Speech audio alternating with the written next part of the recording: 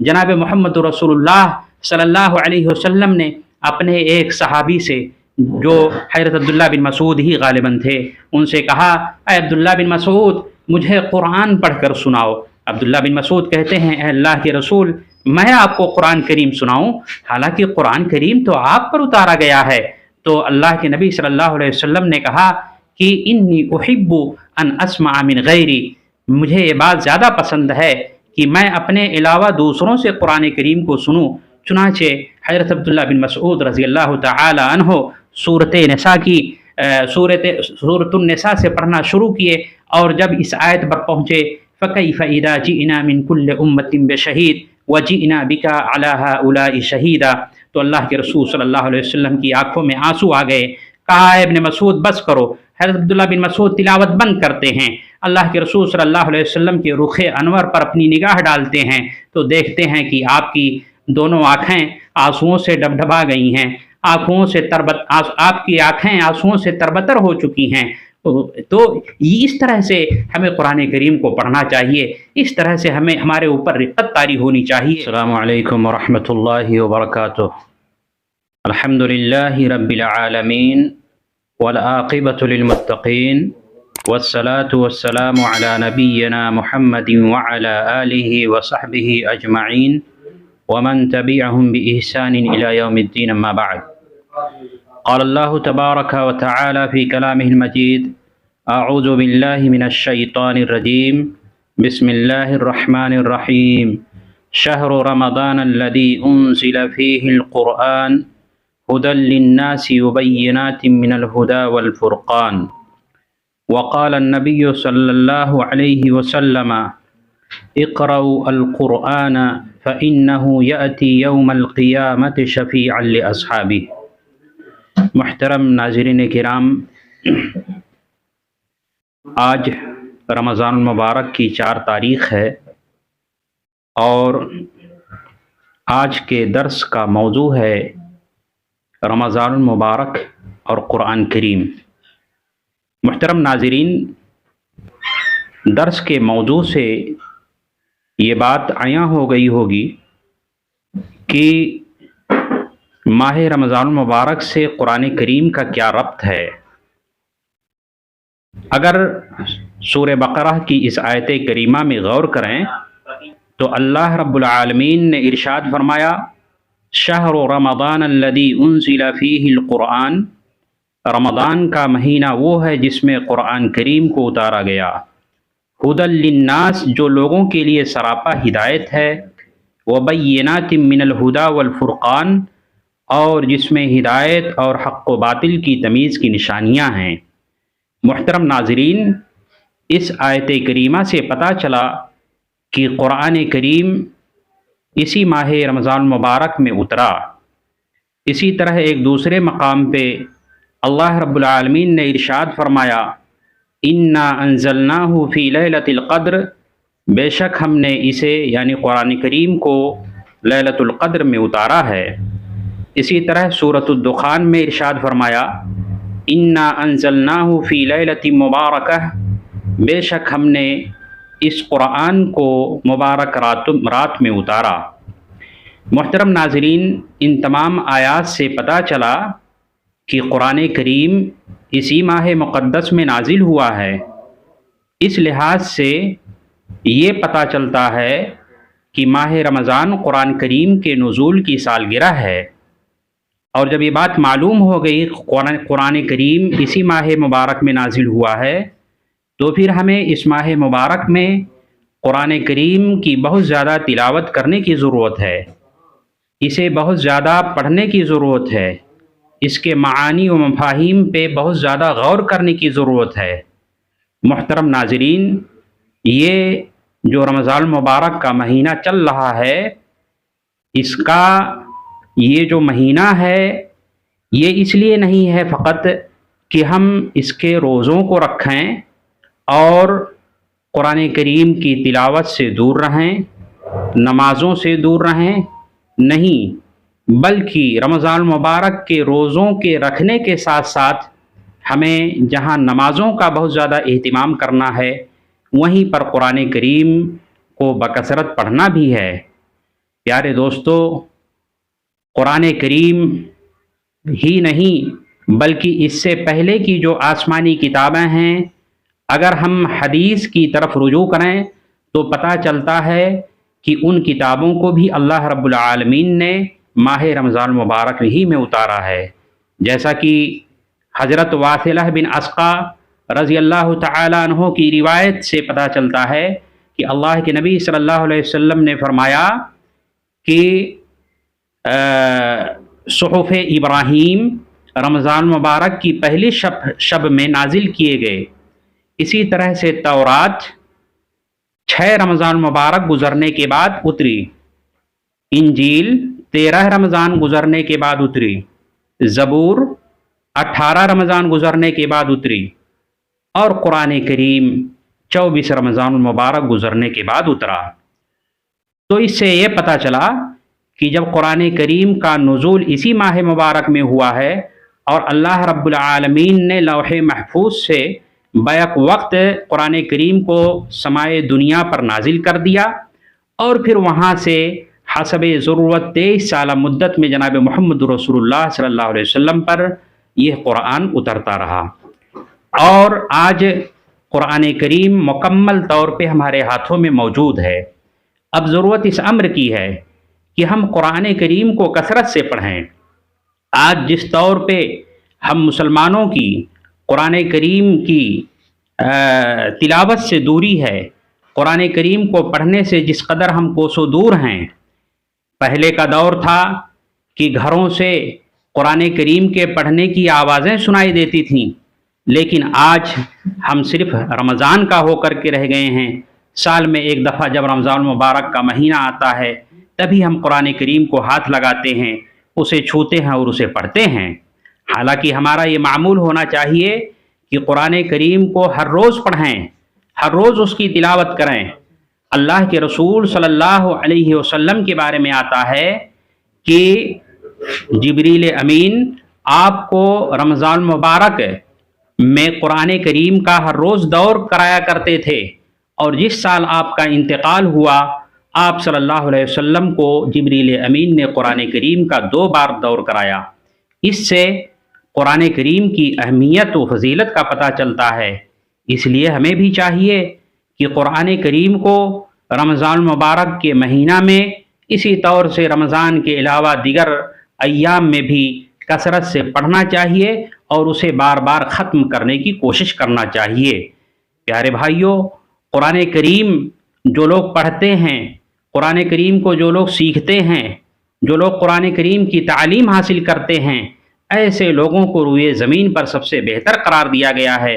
اللہ کے رسول صلی اللہ علیہ وسلم کی حدیث ہے، خیرکم من تعلم القرآن وعلمہ، تم میں سے بہتر وہ ہے جو قرآن کریم کو سیکھے اور دوسروں کو سکھائے۔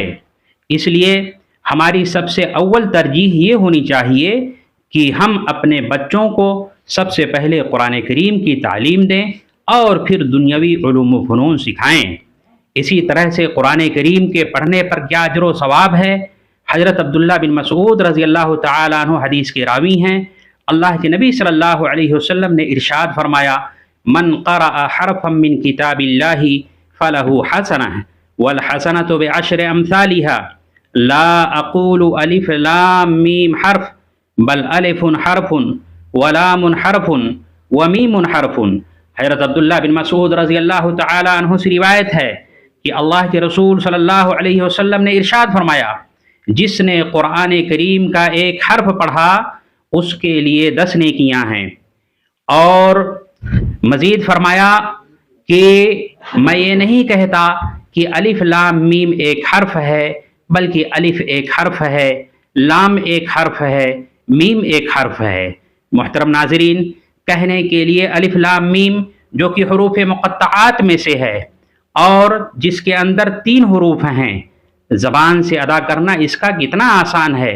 ہم نے ایک ہی لفظ میں اس کو ادا کر دیا، الف لام میم، لیکن اجر کے لحاظ سے اگر غور کریں تو ایک حرف پہ اللہ رب العالمین نے 10 نیکیاں رکھی ہیں۔ اس طرح سے الف لام میم ہم نے اگر پڑھ لیا تو ہمیں 30 نیکیاں حاصل ہو گئیں۔ آپ اندازہ کریں کہ ایک آیت کریمہ میں کتنے حروف ہوتے ہیں، ایک لفظ میں کتنے حروف ہوتے ہیں۔ اس طرح اگر ہم نے پوری ایک سورت پڑھ لی، یا اسی طور پہ قرآن کریم کی متعدد صورتیں پڑھ لیں، اسی طور پہ اگر ہم نے پورا قرآن مجید ختم کر لیا جس کے اندر کل 114 صورتیں ہیں، آپ اندازہ کر سکتے ہیں کہ ہزاروں لاکھوں کی تعداد میں اس قرآن کریم کے اندر حروف ہیں، اور حرف حرف کے بدلے 10 نیکیاں ہیں۔ آپ اس طرح سے کتنی نیکیاں آپ اپنے کھاتے میں جمع کر سکتے ہیں۔ تو ضرورت ہے کہ ہم کثرت سے قرآن کریم کو پڑھیں۔ پیارے دوستو، قرآن کریم آج ہم پڑھتے ہیں، ہمارے دلوں پہ اس کا کوئی اثر نہیں ہوتا ہے۔ حالانکہ صحابہ کرام قرآن کریم کو پڑھتے تھے، اور جب تک وہ ایک آیت کو سمجھ نہیں لیتے دوسری آیت کی طرف آگے نہیں بڑھتے تھے۔ ہمارا بھی یہی معمول ہونا چاہیے، صرف تلاوت کی حد تک نہ رہیں بلکہ قرآن کریم کے تراجم کو پڑھیں، اس کے معانی اور مفاہیم پہ غور کریں، اس کی تفاسیر کو پڑھیں، تو ہمیں سمجھ میں آئے۔ اگر ہم قرآن کریم کو سمجھ کر پڑھیں گے تو یقین جانیں اس کے اندر اللہ رب العالمین نے پچھلی قوموں کی جو داستان بیان کر رکھی ہیں، اگر ہم ان کو پڑھ لیں تو ہماری آنکھوں سے آنسو روا ہو جانے چاہیے۔ اور آج ہم قرآن کریم کو پڑھتے ہیں، اس کی تلاوت کرتے ہیں، ہمارے سروں پہ جوں تک نہیں ریکتا ہے۔ وجہ کیا ہے کہ ہم قرآن کریم کو سمجھ کر نہیں پڑھتے۔ اس کی ایک مثال میں آپ کو دوں گا۔ جناب محمد رسول اللہ صلی اللہ علیہ وسلم نے اپنے ایک صحابی سے، جو حضرت عبداللہ بن مسعود ہی غالباً تھے، ان سے کہا، اے عبداللہ بن مسعود مجھے قرآن پڑھ کر سناؤ۔ عبداللہ بن مسعود کہتے ہیں، اے اللہ کے رسول میں آپ کو قرآن کریم سناؤں؟ حالانکہ قرآن کریم تو آپ پر اتارا گیا ہے۔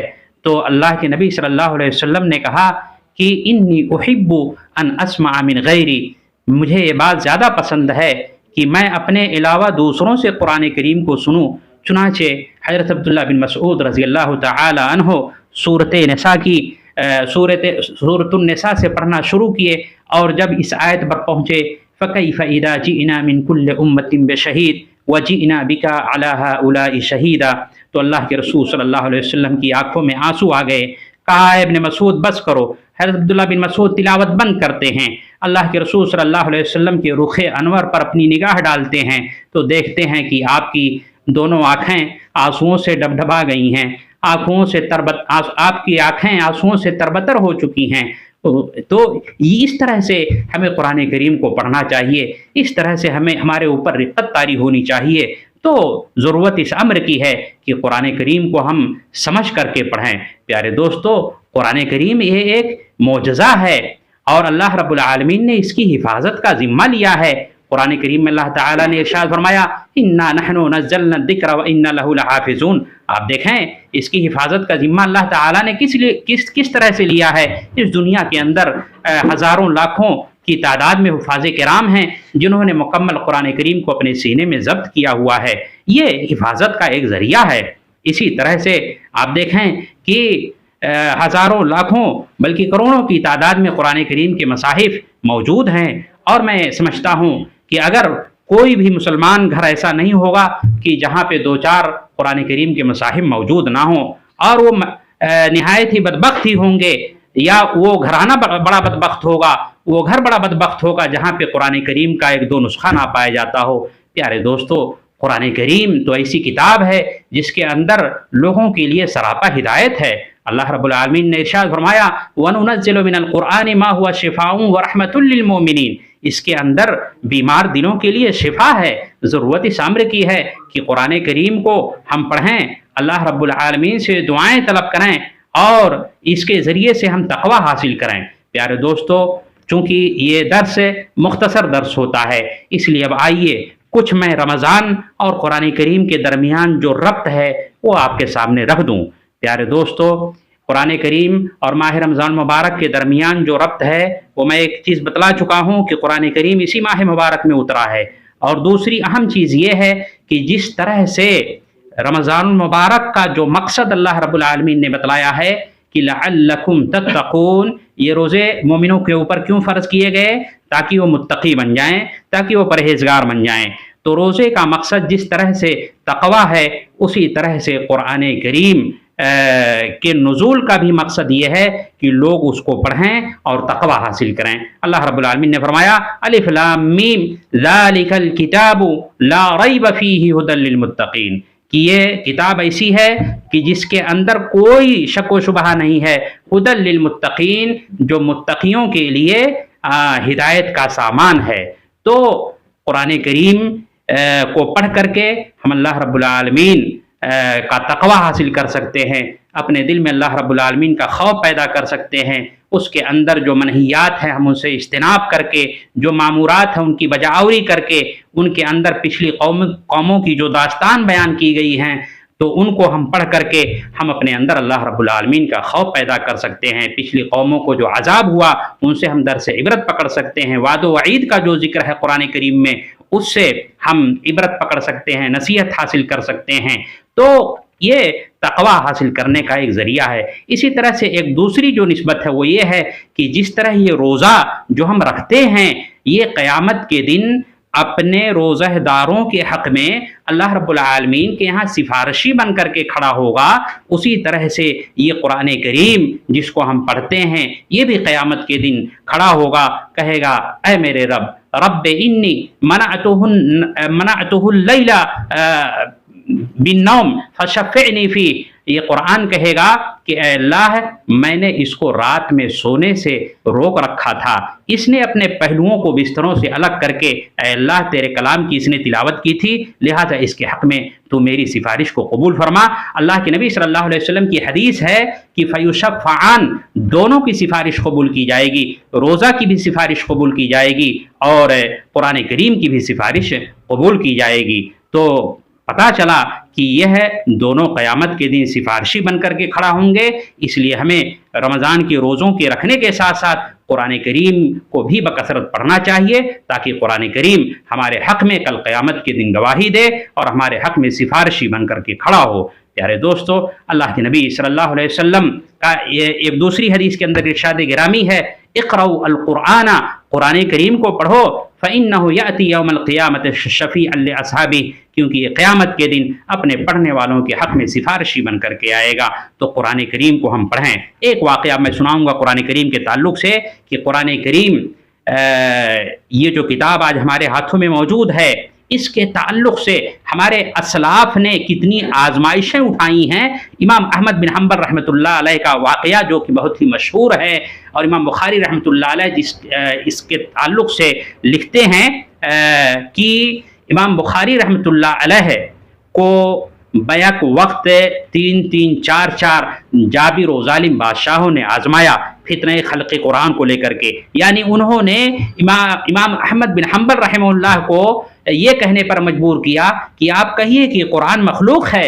امام احمد بن حنبل رحمہ اللہ نے کہا کہ نہیں، القرآن و کلام اللہ غیر مخلوق، قرآن یہ اللہ رب العالمین کا کلام ہے، مخلوق نہیں ہو سکتا ہے۔ تو یہ عقیدے کی بات ہے کہ قرآن کریم کو ہم اللہ رب العالمین کا کلام سمجھیں، یہ اللہ رب العالمین کی طرف سے نازل کردہ ہے، اللہ رب العالمین نے اسے آسمان سے اتارا ہے، یہ اللہ رب العالمین کا کلام ہے، مخلوق نہیں ہے۔ اور اس بات کو لے کر کے امام احمد بن حنبل رحمہ اللہ کے پیٹھ پر اتنے درے برسائے گئے کہ تاریخ میں آتا ہے کہ اگر اتنے درے کسی ہاتھی پر پڑتے تو وہ ہاتھی بھی چنگھاڑ کر بھاگ جاتا، لیکن امام احمد بن حنبل رحمہ اللہ ٹس سے مس نہ ہوئے، ان کے پائے استقامت میں ذرا بھی لغزش نہ آئی، اور انہوں نے کہا القرآن کلام اللہ، قرآن اللہ کا کلام ہے، یہ مخلوق نہیں ہو سکتا ہے۔